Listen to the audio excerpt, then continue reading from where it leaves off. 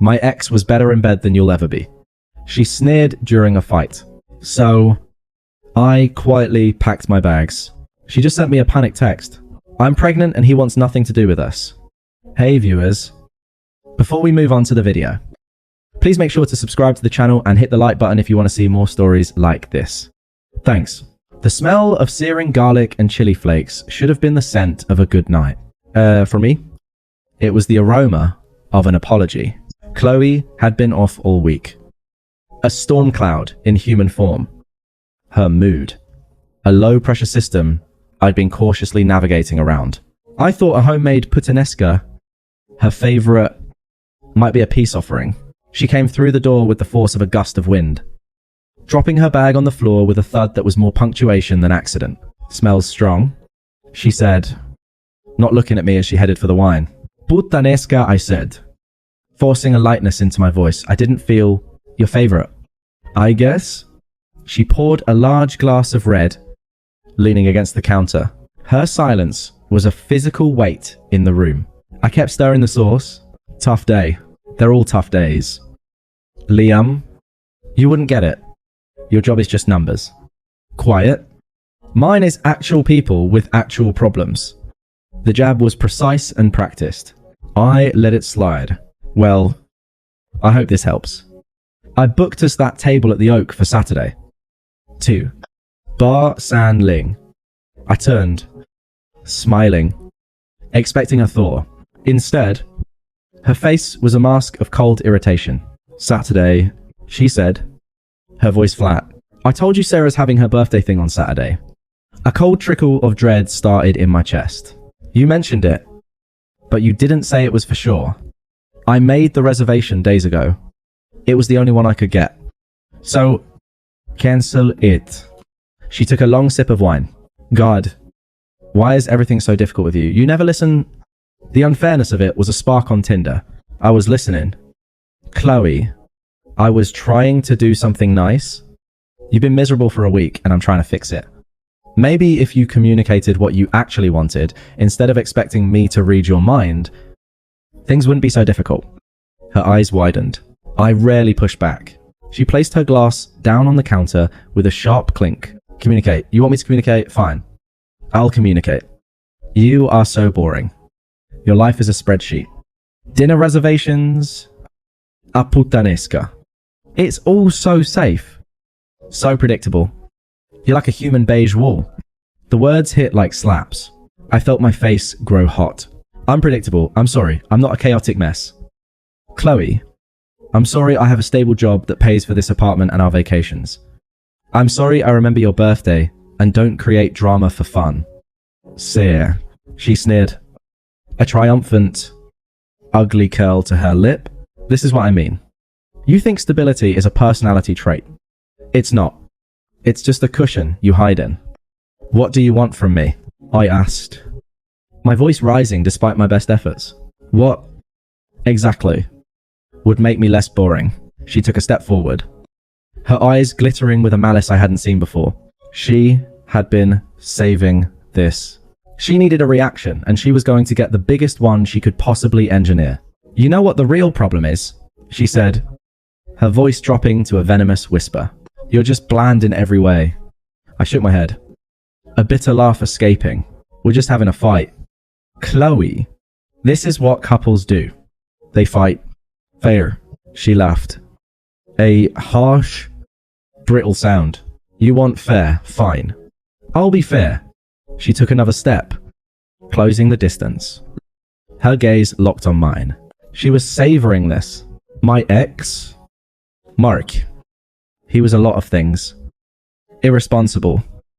Miss. But he wasn't bland. He was passionate. He was animal. He was better in bed than you'll ever be. The things he could do. I've been faking it with you for months. Maybe longer. I've lost count. The world didn't slow down. It stopped. The sizzle of the sauce in the pan behind me became a distant, irrelevant noise. The air was sucked from the room. Every memory of intimacy we'd ever shared. Every quiet laugh in the dark. Every trusting touch. Shattered and reformed into a grotesque joke. I saw them in flashes I didn't want. Her and this ghost of Mark, and I was the pathetic audience to my own humiliation. I felt the blood drain from my face. My hands, hanging at my sides, went numb. There was no anger. Not yet. This was too deep for anger. This was a surgical strike on my soul, and all I felt was the cold. Hollow void left behind. I just looked at her. I watched the triumph in her eyes. The satisfaction of having finally drawn real blood. She opened her mouth, probably to twist the knife further. What? Nothing to say. Can't handle the truth. But I was already moving. I turned my back to her, walked to the stove, and turned off the burner. The puttanesca was ruined. Burned and bitter. I didn't look at her again. I just walked out of the kitchen and down the hall to our bedroom, closing the door behind me with a quiet, definitive click. I didn't sleep. I sat on the edge of the bed in the dark and let the ice in my veins spread through my entire body. I didn't cry. I didn't rage. I just processed.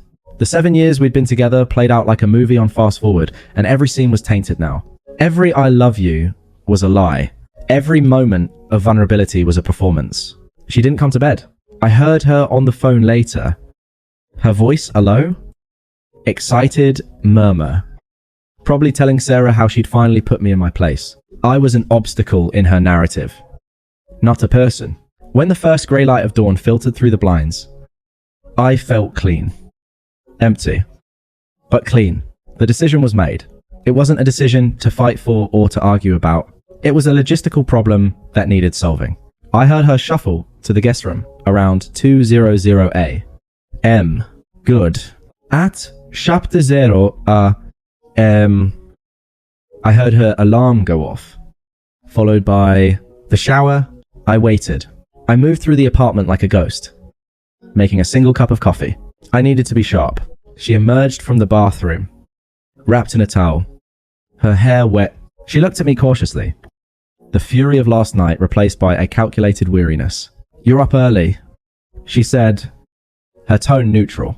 Lots to do, I said. My voice, even? I took a sip of coffee. It was bitter, but I welcomed it. She hovered, expecting a conversation, an apology, a fight, anything. I gave her nothing. I just looked out the window at the waking city. Look, about last night.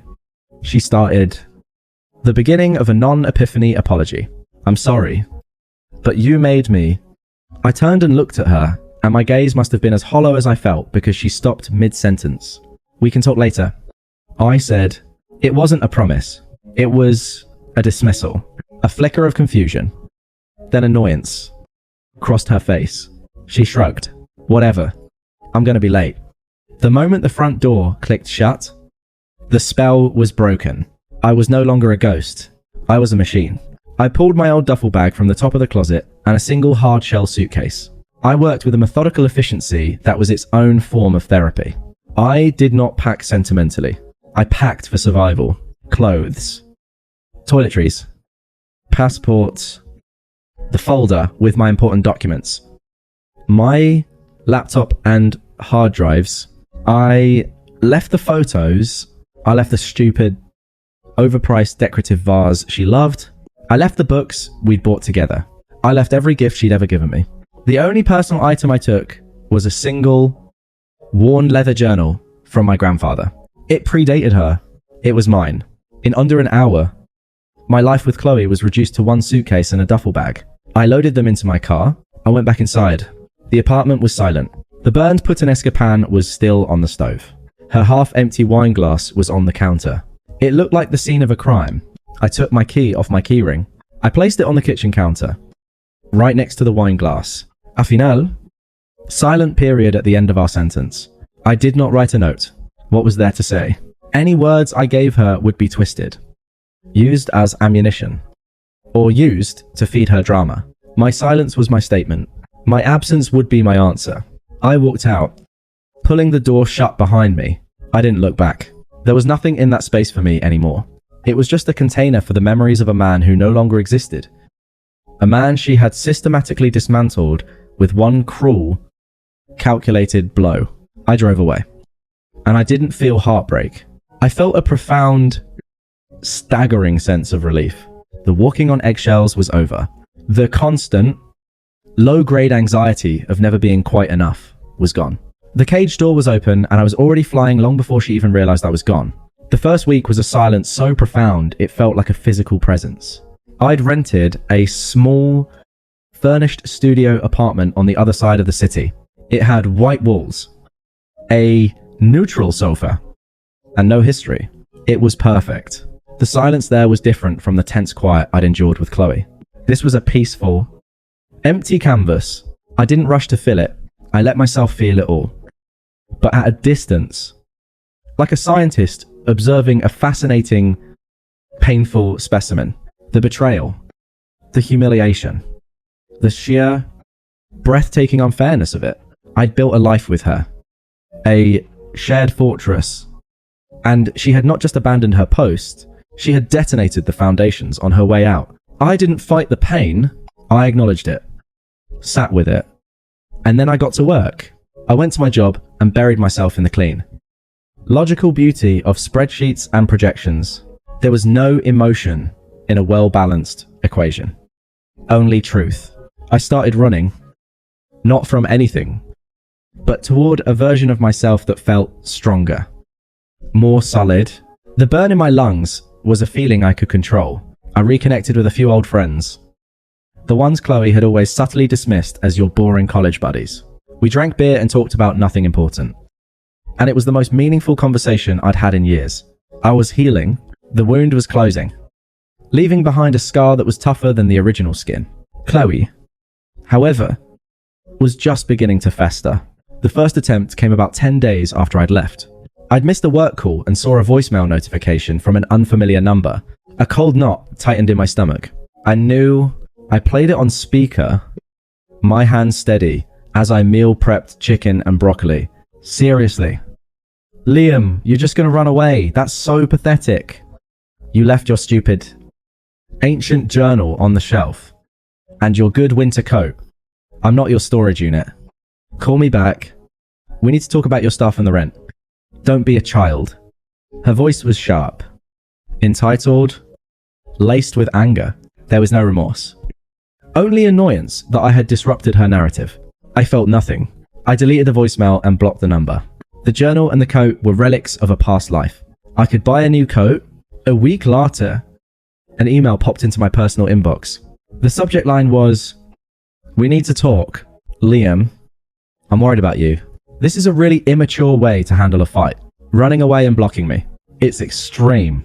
My therapist says that when people have a breakdown like this, it's often about unresolved issues from their childhood. I'm not angry. I'm concerned. We shared a life for 7 years. We at least deserve a conversation. You can't just ghost me like a bad Tinder date. It's beneath you. Please call me. Chloe, I read it twice. The manipulation was so transparent. It was almost impressive. She was now the concerned, enlightened one. And I was the emotionally stunted project having a breakdown. She was trying to lure me back into the drama, to make me justify my own sanity. I hit delete. Then I created a filter to send any future emails from her address straight to the trash. The peace in my new life was deepening. I'd started learning guitar, the clumsy chords filling the quiet studio. I'd gone on a couple of casual, low-stakes dates. It was refreshing to talk to someone who didn't have a pre-written script for who I was supposed to be. Then, about a month in, my friend Dave texted me. Dave? Hey, man. Chloe just texted me asking for your new number. She said it's an emergency. Everything cool. Easy Hill. The siege was escalating. Me. All good here. It's not an emergency. Please don't give it to her. Long story, but we're done. Dave. No problem. Brother. You got it. An hour later, a text came through from Dave's number, but the voice was hers. From Dave's phone. Liam. It's Chloe. I know you're getting these. Mark and I hooked up after you left, but it was a mistake.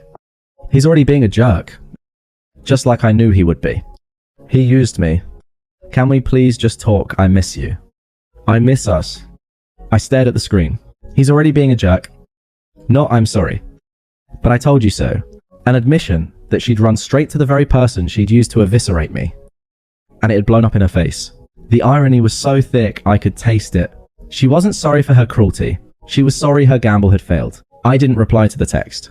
I simply texted Dave back. Me. She's using your phone now.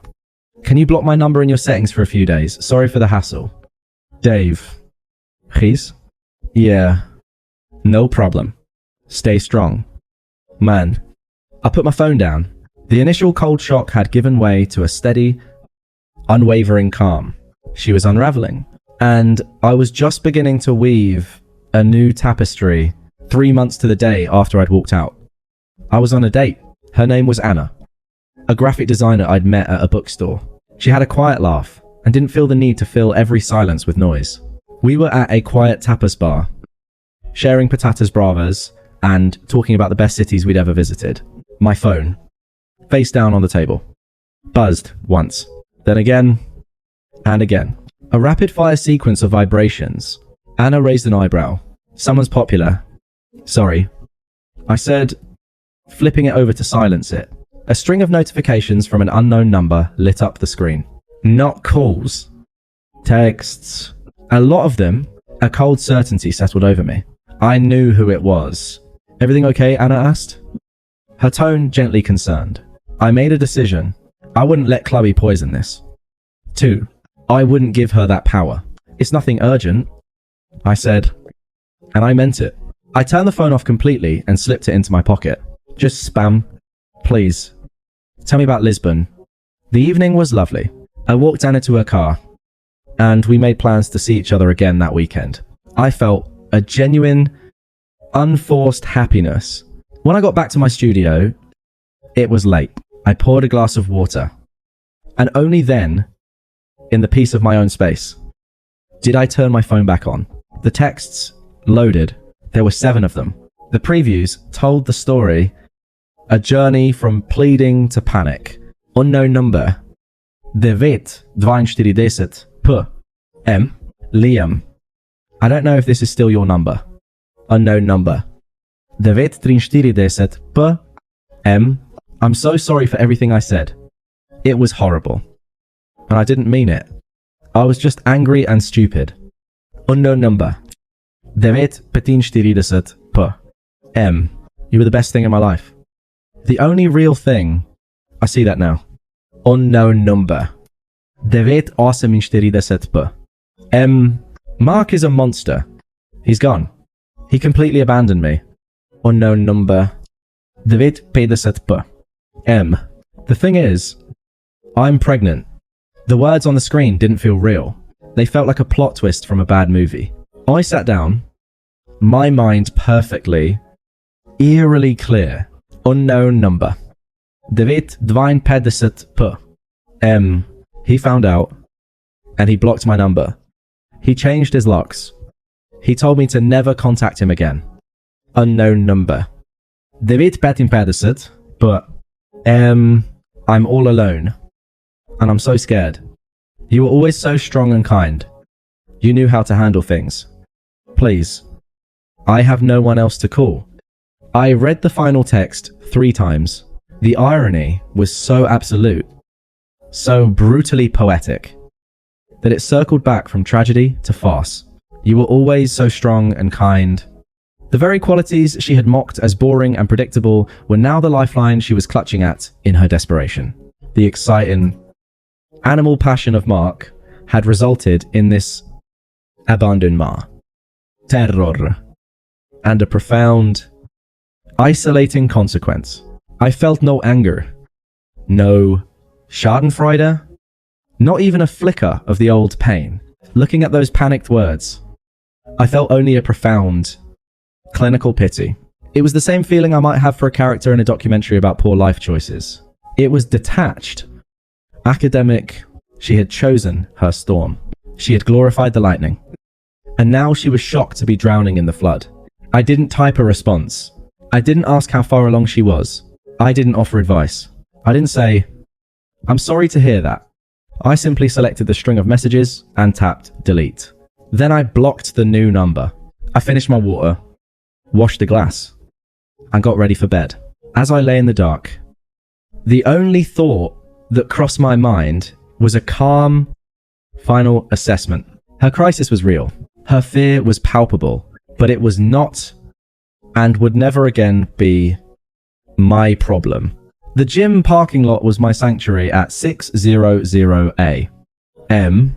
The world was quiet. The air was cool. And the only sound was the crunch of my shoes on gravel. It was a time for me, a ritual of self-possession, which is why seeing her leaning against my car felt like a violation. Chloe, she was hunched against the morning chill, her hands shoved deep in the pockets of a coat I recognized. My old winter coat, the one she'd complained about in the voicemail. The irony was almost too much. She looked diminished. The glittering Crawl Queen was gone, replaced by a pale, tired woman. There was a slight, undeniable roundness to her stomach beneath the coat. The reality of her situation was written on her body. I didn't break stride. I didn't speed up or slow down. I walked toward my car as if she were a stray shopping cart, an obstacle to be moved. Her eyes locked onto me, wide and desperate. Liam, thank God you're here. Her voice was a frayed wire, buzzing with anxiety. I stopped a few feet away, my gym bag slung over my shoulder. I didn't say anything. I just waited, my keys in my hand. You got my texts? She asked, her words tumbling out in a rush. I didn't know what else to do. You weren't responding. And I'm just so scared. I looked at her, my expression neutral. I received them. The flatness of my tone seemed to throw her. She blinked. And Liam, I'm pregnant. The father abandoned me. You said you'd always be there for me. Her voice cracked on the last word. A performance of vulnerability that might have worked on the old me. That was a promise I made to my girlfriend. I said, my voice, calm and measured, like I was explaining a basic contract clause to a difficult client. You ended that relationship the moment you decided to use intimacy as a weapon. The consequences you're facing now are yours and Mark's to manage. Her face crumpled. Real tears this time. Born of panic, not performance. So, that's it. You're just going to abandon me. I'm carrying a child. She gestured vaguely at her stomach, as if presenting evidence. I'm not abandoning you, Chloe, I said. And the truth of it was absolute. I disengaged from your life by your own design months ago. My responsibility to you ended when you showed me who you really were. The panic in her eyes began to curdle into something darker. Uliera. The mask was slipping. You self-righteous bastard. You think you're so much better than me now, you're just going to walk away from your own. It's not mine. I interrupted, my voice still level, but with a finality that cut her off. We both know that the timeline doesn't lie. You made your choice. You chose the animal. Now you have to live with the animal's consequences. The anger flashed fully across her face, her true colors blazing through the desperate veneer. You're pathetic.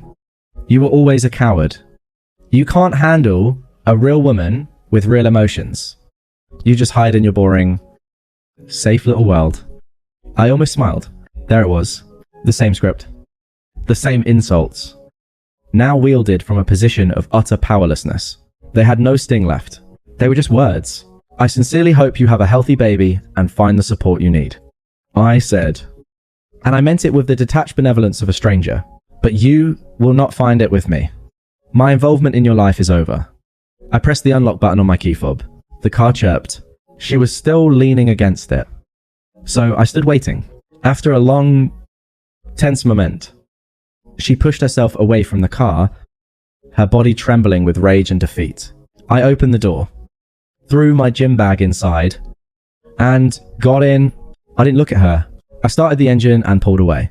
In the rearview mirror, I saw her standing alone in the vast, empty parking lot, a shrinking figure of her own making. I did not feel triumph. I felt nothing at all. And that was the greatest victory of all. The coffee shop was bustling with the lazy energy of a Saturday afternoon. Sunlight streamed through the large windows, catching dust motes dancing in the air. Anna was laughing. A real, unreserved sound that made me smile in return. We were debating the merits of different coffee roasts. A debate of absolutely zero consequence. And it was perfect. My phone buzzed on the table. I glanced at it. A text from Mark. My old college buddy. Not the Mark. The subject line preview read. You are not going to believe this. Ranna into. I flipped the phone over. Screen down. Sorry. I said to Anna. Work? She asked. No. Just spam. It was the truth. Anything from that old world was digital spam. Clutter to be ignored. Anna smiled. A varm, knowing look in her eyes. She didn't pry. She never did. That was one of the 1,000 things I appreciated about her. We existed in a present that was unhaunted by the past. Later. After I'd walked her home and we'd made plans for dinner the next week, I checked the text. Mark, you are not going to believe this. Ran into Sarah at the grocery store. The gossip mill is wild. Apparently, Chloe had the baby. A little girl. She's living with her parents out in the suburbs. It's a whole thing. Anyway, hope you're well. Men, let's grab a beer soon. I read the message. The name Chloe felt distant. Like remembering a character from a book I'd read long ago. There was no tug of nostalgia. No pang of residual hurt. Just a faint, clinical interest in the conclusion of a story. I typed back a reply. Me. Sounds tough. Hope she's doing okay. And yeah. Beer next week sounds great. Tell Sarah I say hi. And I did hope she was doing okay in the same way I hoped the barista who'd been having a rough morning was doing okay. It was a generic, human wish for another person's well-being. Entirely divorced from personal investment. I put my phone away and looked around my apartment. My guitar was leaning against the sofa. A hiking guide for a trail Anna and I were planning to tackle was on the coffee table. The silence was peaceful. Owned. And full of potential. Chloe was a closed chapter. A lesson learned. The boring, safe man she'd mocked was now living a life of quiet. Profound joy. A life he had built deliberately and without her. The exciting animal passion she'd chosen had left her with a child. A broken spirit. And a room in her parents' house. The ultimate power wasn't in getting revenge. It wasn't in making her see.